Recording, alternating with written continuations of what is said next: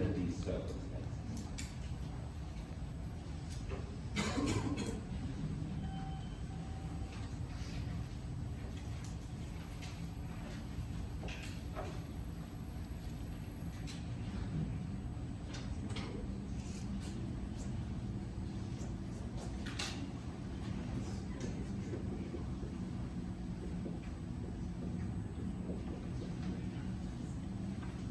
And by now, I'm sure you're all done.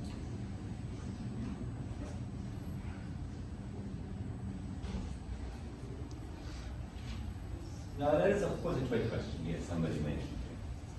Because if the chemical potential is 100 kilojoules per mole, and the charge number is, of course, 0, methane is not charged, then it's also 100 kilojoules per mole. But very easy. If I have non-charged species, I don't need to worry about oxygen.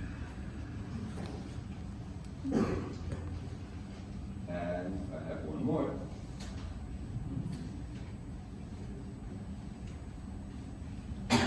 Contact a piece of gold to a piece of aluminum. Just contact that. What happens? No charge transfer.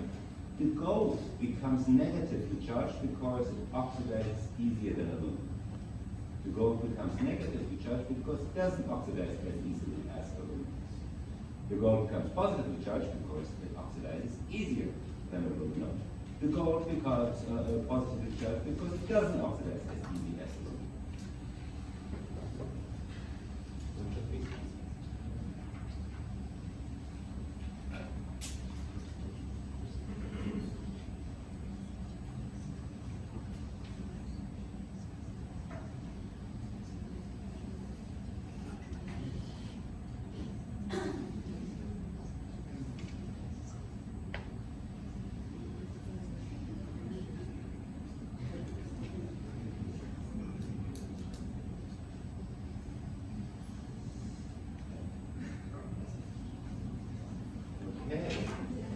Which one oxidizes easier, first of all? Which one, when we find it out in the river, is a metal? Gold, of course. Gold is hard to oxidize. Gold is the only material, really, which you can find in nature, not as an oxide, but as a metal. The California gold rush brought many of your ancestors over here. That's the whole point. So gold is really hard to oxidize. That's why gold is the most noble of all metals. So only the first,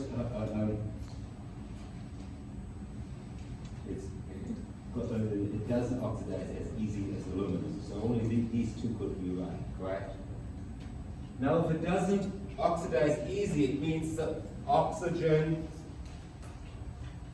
can't steal an electron from gold so easily. Meaning the gold is really holding strongly to its electrons. Meaning it's energetically favorable for an electron to be in gold. Meaning if I were an electron in aluminum, I'd say I'd rather go over to the gold, be an electron of gold, because that's way more energetically favorable. And that then makes, I think, this one the right answer. So please keep thinking about energy and voltage and keeping electrons in this kind of sense. It's really important to understand chemistry. Not only the physical chemistry over here, but quite generally chemistry in a positive way. Okay, so we talked about these things for a very long time now. And then we said, okay, this is really the relevant part here, the chemical potential. And then we modified our chemical potential, as I'm showing it up here, to account for electrical or electrostatic effects. And then in particular, we look at the Daniel cell. And there are reasons why we need to study the Daniel cell, even though it is completely irrelevant, as we are not using telegraph anymore to communicate. But yeah, we need to study it, and you would be not well served if I didn't do it. Oops.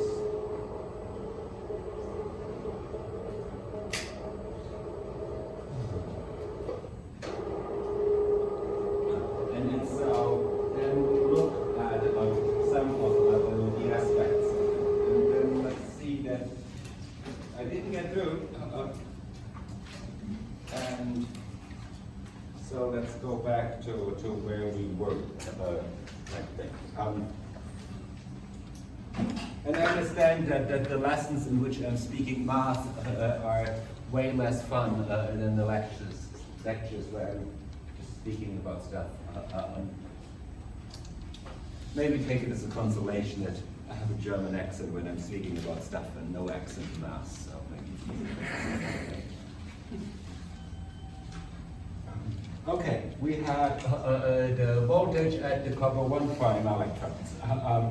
And we've realized that that is given by the negative of the electrochemical potential of zinc 2 plus ions in the solution on the left-hand side of our cell, plus the chemical potential for zinc in zinc, divided by minus the number of electrons which were transferred in this process. And I'm writing that as NF over here, where this N here is, of course, 2.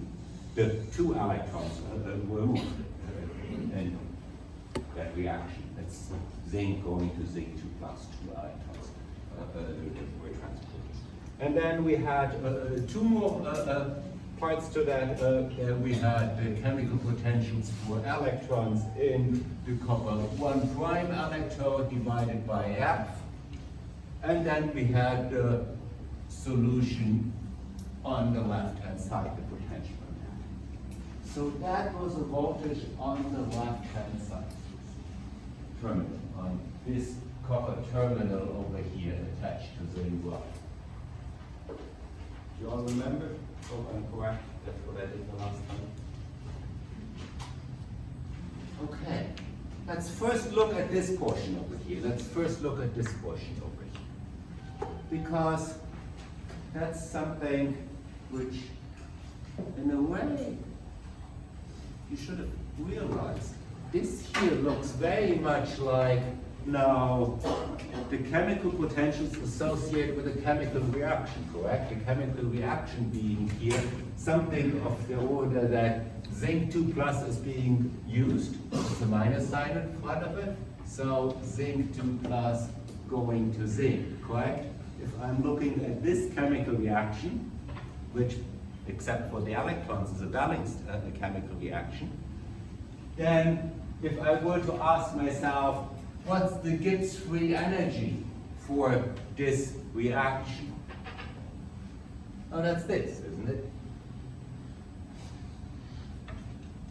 So really, the voltage on the left-hand side terminal is the Gibbs free energy for this zinc reduction reaction divided by minus the number of electrons being transferred, F, and then plus all those things which we had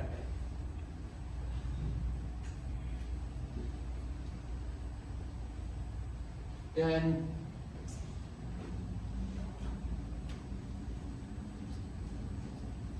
I can also say, okay, the Gibbs free energy.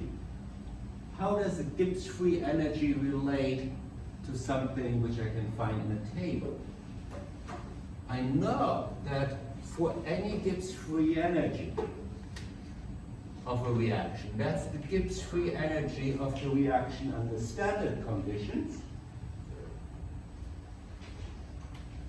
plus RT times the logarithm,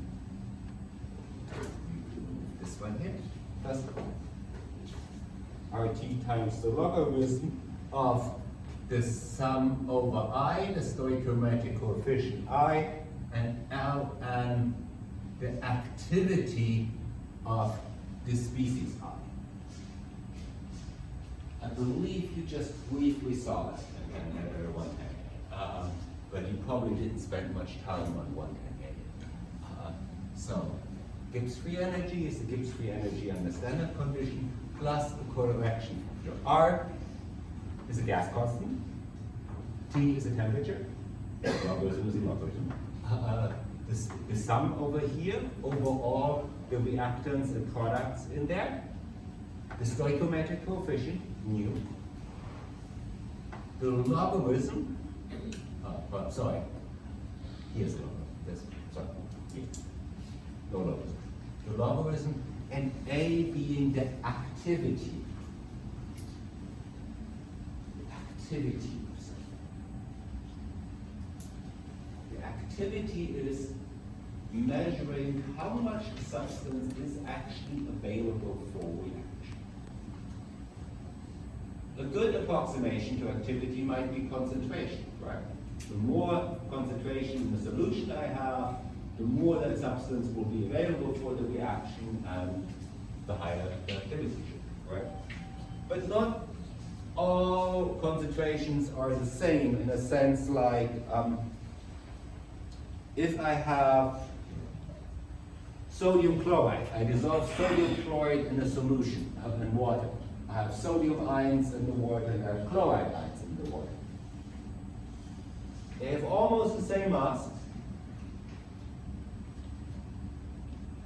but who is moving faster?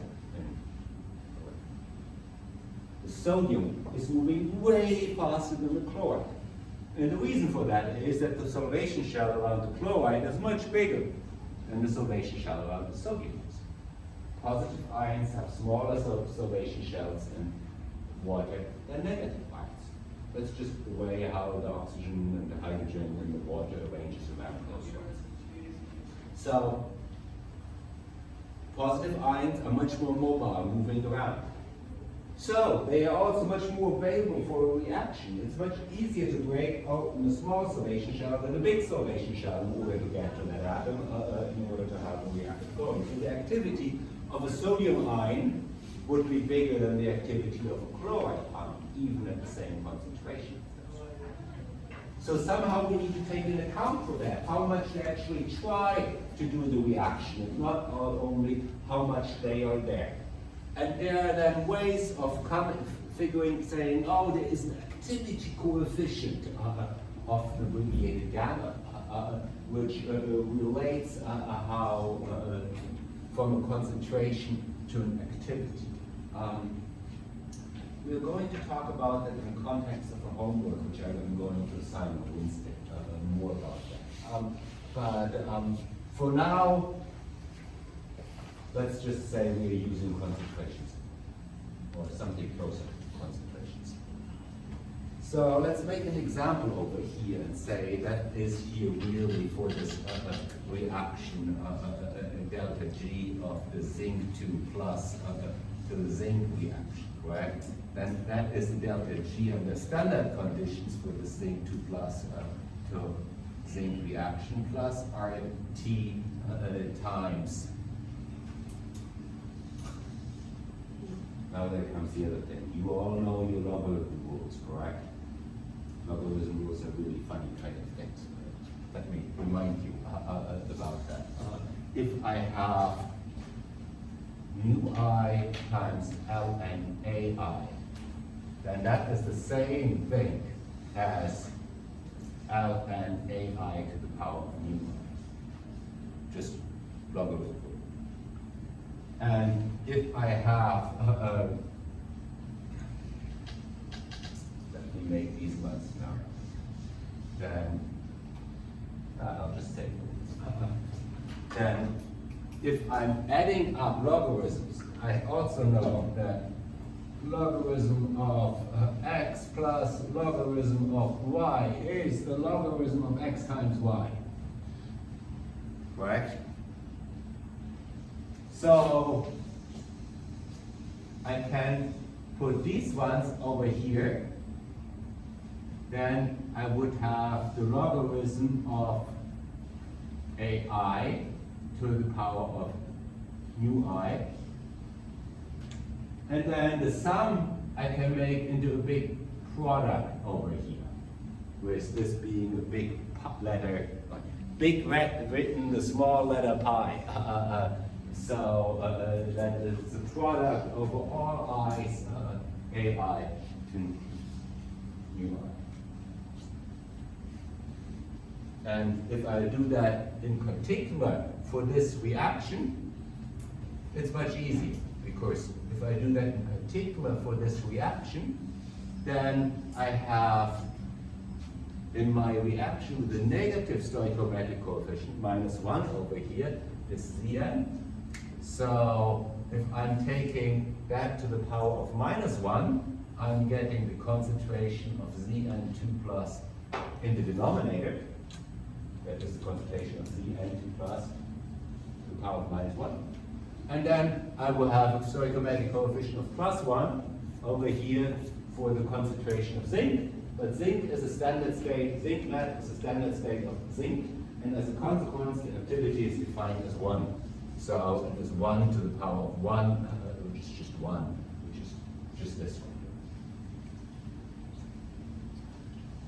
one. Okay. And yeah, that's fine. So I can put this one in here as well.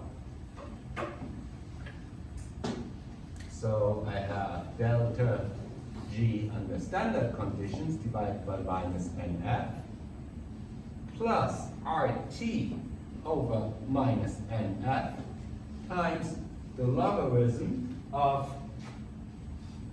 1 over the concentration of zinc 2 plus.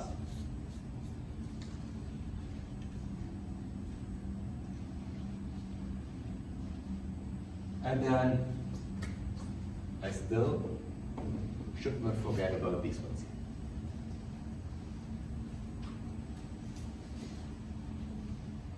Okay.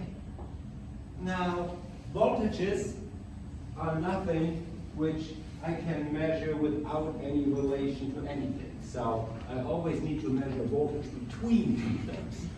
What's the difference in electrochemical potential between two things? And of course, in this setup, I want to measure the difference in electrochemical potential between the left-hand side and the right-hand side. So now I need to do everything which I did so far last session, this session on the right-hand side. Is it a lot of work? No, it's just a little bit of thinking. Because what I had over here is the copper 1' term, voltage at the location of the copper 1' term. What would be the voltage at the location of the copper 2' term? Now, here that was the reaction for zinc 2 plus becoming zinc. Now, what happened over here on this one is not zinc 2 plus going to zinc, but copper 2 plus going to copper. So that is then the delta G under standard condition of copper 2 plus going to copper divided by minus NF here plus RT over NF, the logarithm of now 1 over the concentration of the copper ions.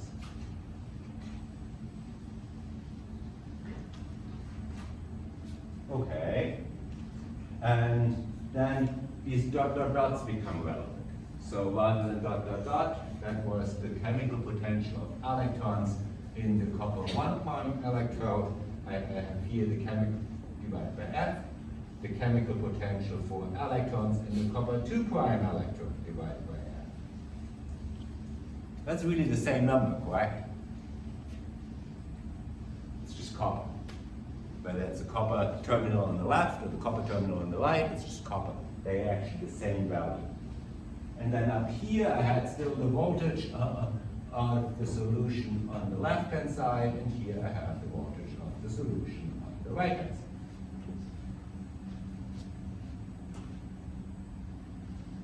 So, if I want to, what's delta? Oh, that's the work function, correct, in a way, or work function divided by F. But if I want to know what is the difference between those two, what is the difference in the voltage? I always take voltage on the right-hand side, minus the voltage on the left-hand side. Convention, always, always, always. Voltage on the right-hand side minus voltage on the left-hand side is my difference in voltage. That here is the voltage on the right-hand side, this one is the voltage on the left-hand side. So I have here delta G under standard conditions for the copper 2 plus to copper reaction divided by minus NF.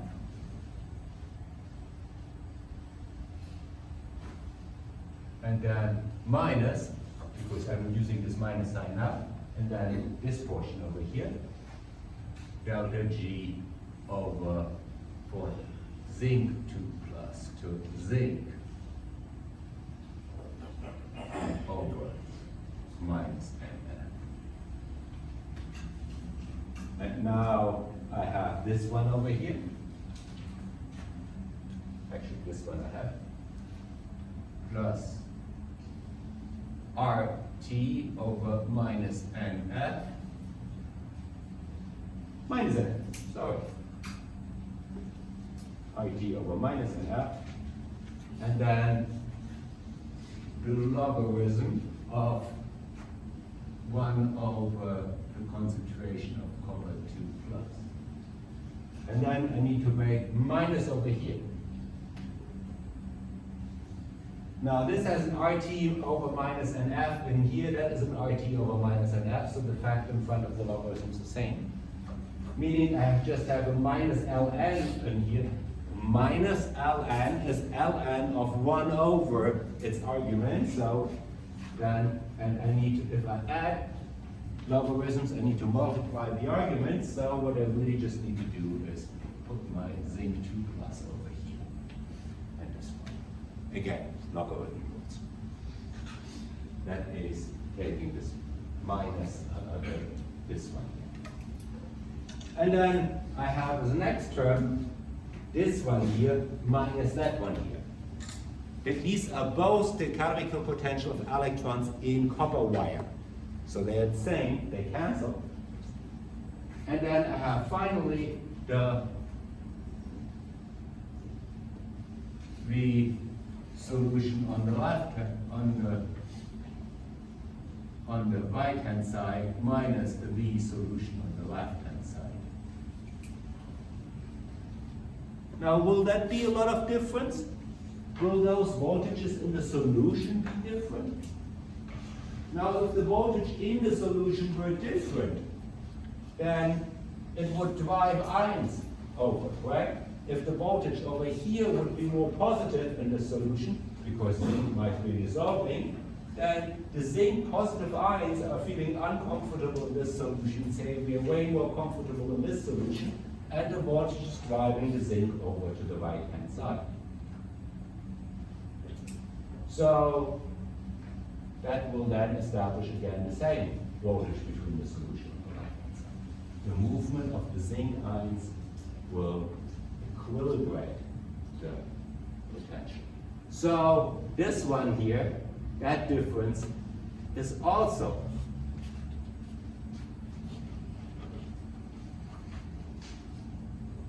that difference over here is generally also 0.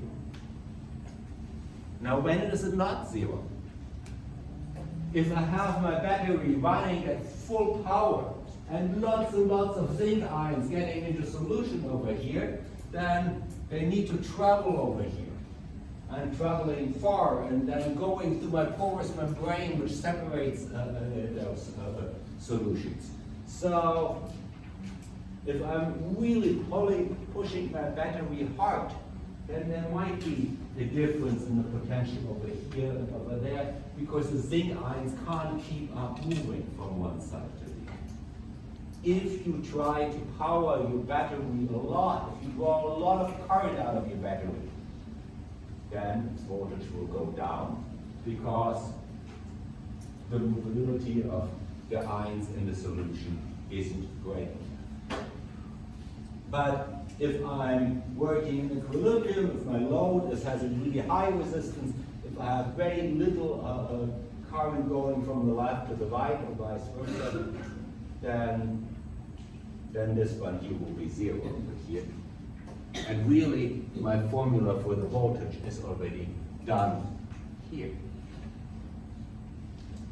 Now, what I want you to recognize, what is really important over here, is that we have over here something which is just the Gibbs free energy for standard Gibbs free energy for a reaction. Here we have a standard Gibbs free energy for a reaction. Now, if those are just standard Gibbs free energies, then they are standard conditions, they can be tabulated. And that's what people are doing. So you can find standard potentials in a table. And those standard potentials in the table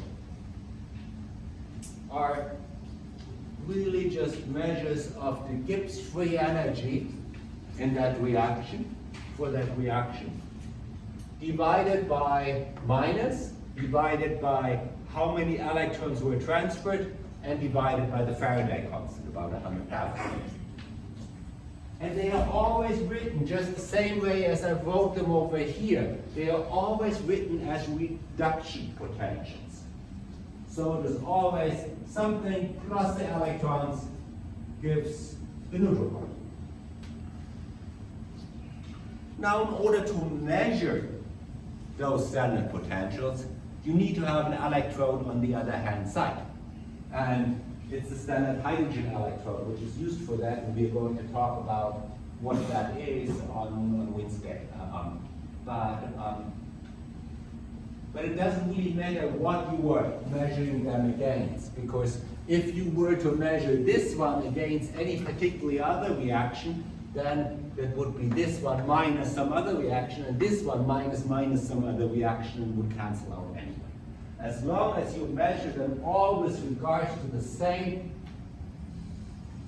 standard cell with other chemical reaction, it will always cancel out what they were measured against, so it doesn't matter. But in order for them to be all consistent, people agreed to use the standard hydrogen electrode. Or at least to fake it as if they use the standard hydrogen electrode, because most people don't use the standard hydrogen. But we're going to talk about it. Okay. So, what you find over here is that these ones here is something like V0 for the cell on the right-hand side, and that is minus V0 for the cell on the left-hand side. And then I have this RT over minus NF times the logarithm. And people then say, okay, I have this reaction going on and this reaction going on in some way, right? But this reaction here on the left-hand side, that goes on the flipped one. So what I really have going on here is not only my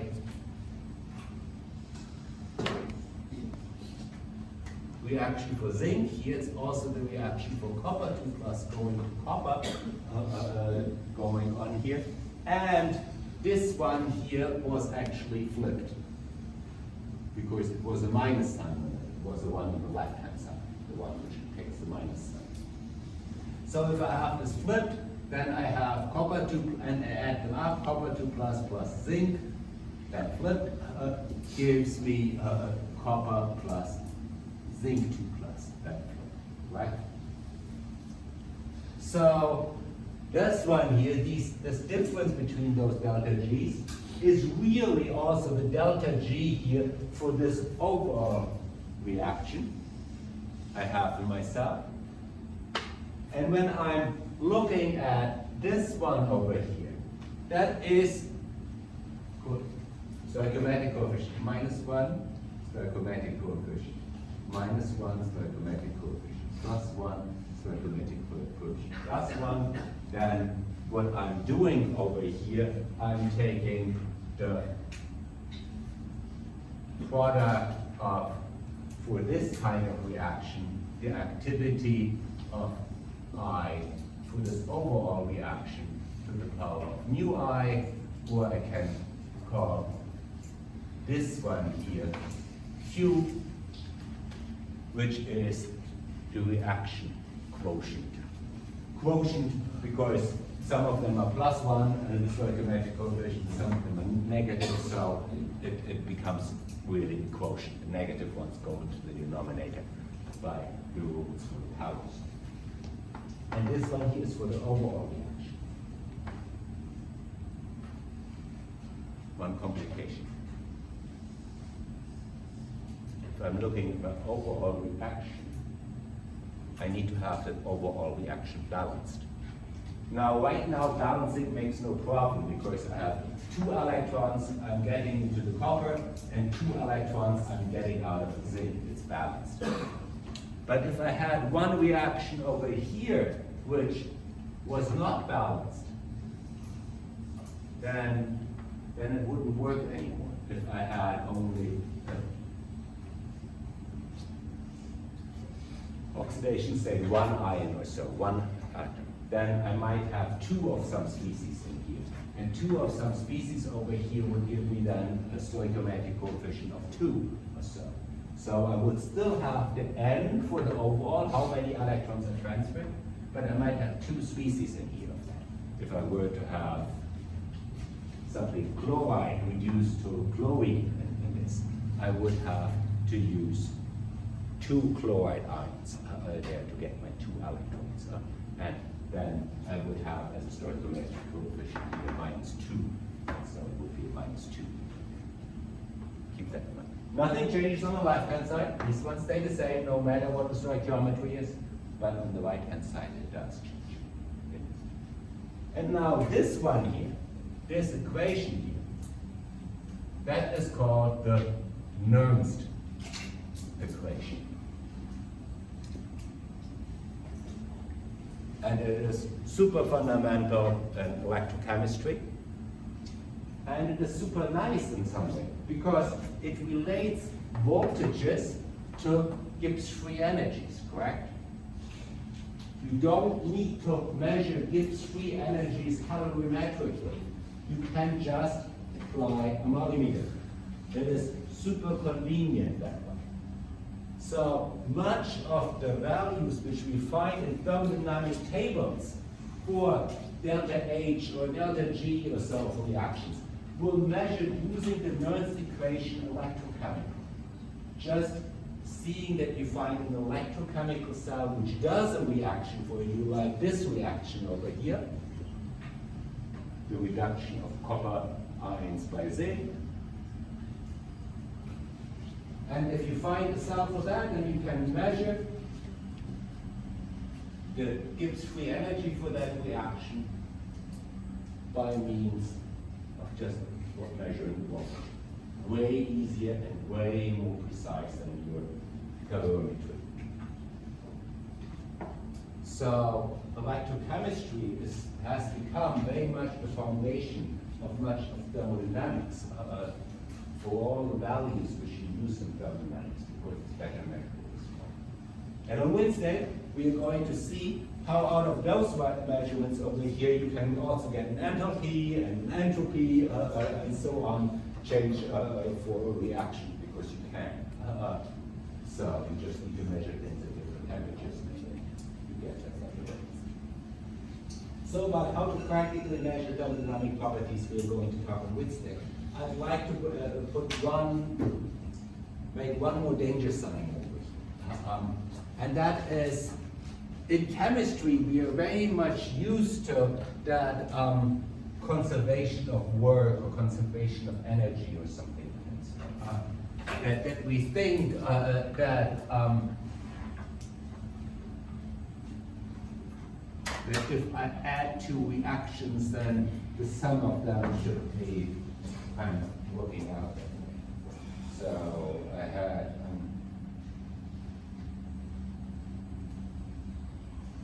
we had this one here. That was also the Nernst equation. But if I'm going from iron 3 to iron, having a 3 electron reduction of iron, and I know the reduction potential go from iron 3 to iron 2, and know that is 0.77 volts. And I have the reduction potential to go from iron 2 plus to iron, and I know that is minus 0.45. Then what would be the reduction potential to go here the direct way? It is very tempting to say, oh, I just need to add those up, right? But that's not right. What is additive is the Gibbs free energies. What is additive is the Gibbs free energies. But the voltages under standard conditions is the change of the Gibbs free energy divided by minus NF. And the N here changes. The N is 3 over here. For this reaction, the N is 1 over here, and the N is 2 over here. So in order to get the right voltage out of those values, I need to take that into account. And the way I need to write it is, the delta G for this reaction is that I first need to look at the one for this one here, and I need to divide it by minus 1. And then I need to look at this one here and need to divide it by minus 2. And then I'll have to realize that this is a 3 electron reaction. And then I'll get the right result. So don't try to add up standard Gibbs free energies.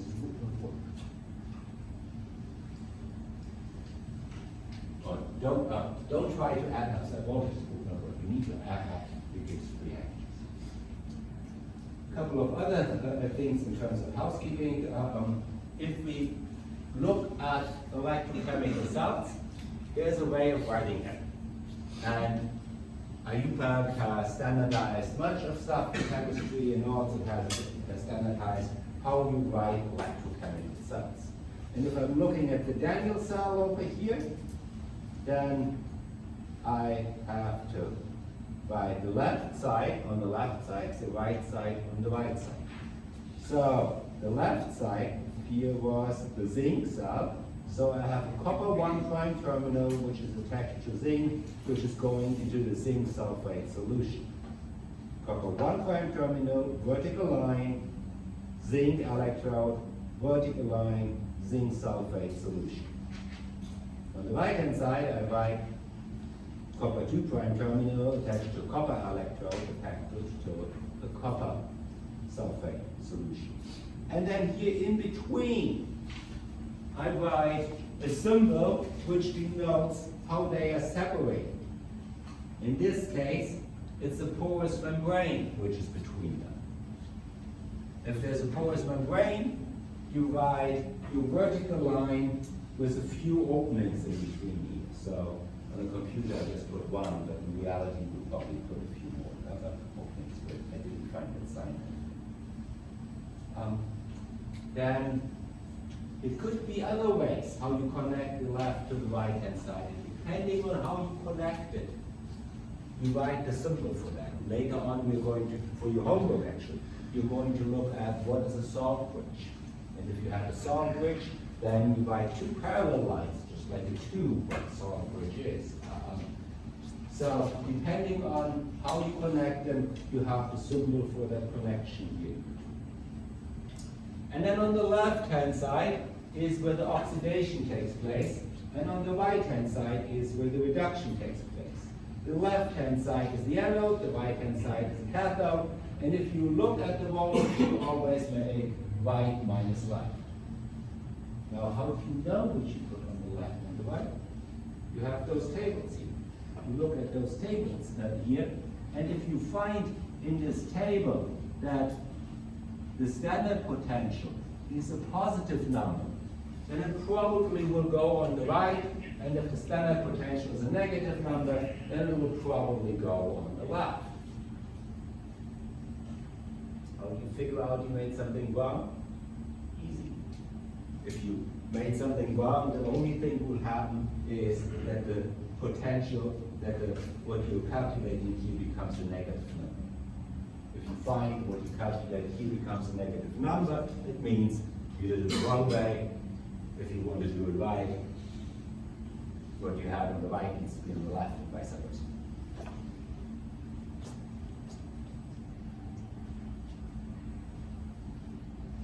And you find reduction potential. This is taken from the Levine book, this table here, where there are many, many more complicated and expensive tables which you can find. Chemistry black book from this has a very, very long list of standard chemical electrochemical potentials. So standard voltages here, and you can look them up. Okay. Now I think I said pretty much all I wanted to say today. So, Nernst equation. We have it over there in Nernst equation. So there are many different ways to write the Nernst equation. You can write it in terms of delta G or in terms of voltages. In one case you have the NF, in the other case you don't have it. Often people write the Nernst equation in terms of the logarithm to the base of 10, because they don't know how to operate a logarithm to the base of 10. In the old days you had logarithm tables, and it was you only want to have one table, so you had the log 10 table and not the log n table. So, and then you'll find that people write it as 0.0591, and this 0.0591 includes the correction for going from Ln to log. It includes the gas constant, it includes standard temperature, and it includes the Faraday constant. So if you multiply the Faraday constant and this one and that one and the conversion from log to Ln all into one, you get this number of 0.0591 for standard conditions. And so you'll find that fairly frequently. Okay. Then it's only there for me to give you the homework. So what I did here for the Daniel cell, going through those correlations between chemical potential, Gibbs free energy, and voltage, please do that yourself for the lithium-ion battery.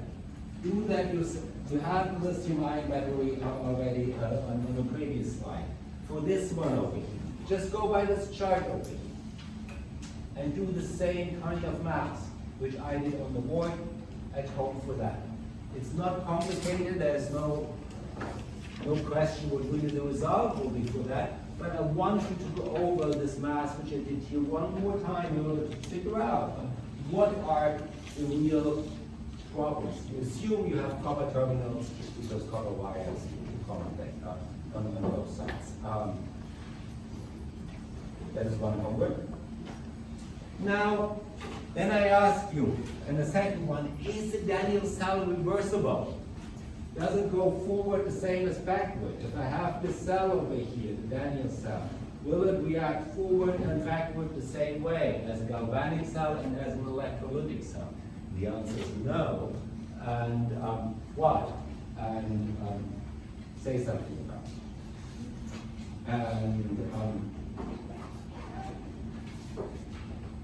And that is related to this voltage difference between the left solution and the right solution. I gave you the answer for that one already, so just write that down. And then C and D are two sketches. I would like you to sketch the standard A-type battery, not this one, this is the AA type of battery, the long round one with a pin on the front, one side. Make a cross-section of that. Draw the cross-section, what's in the inside, how is it set up. Put some dimensions on it, meaning measures in millimeters and not in inches. And then do the same thing for a standard 12-volt car battery. Draw a cross-section of it. Put some label the components, see what it's made of, put some dimensions in millimeters on it, not in inches. You can certainly find cross-sections online, and it's good that you can find those cross-sections online, but I want you to redraw it this time.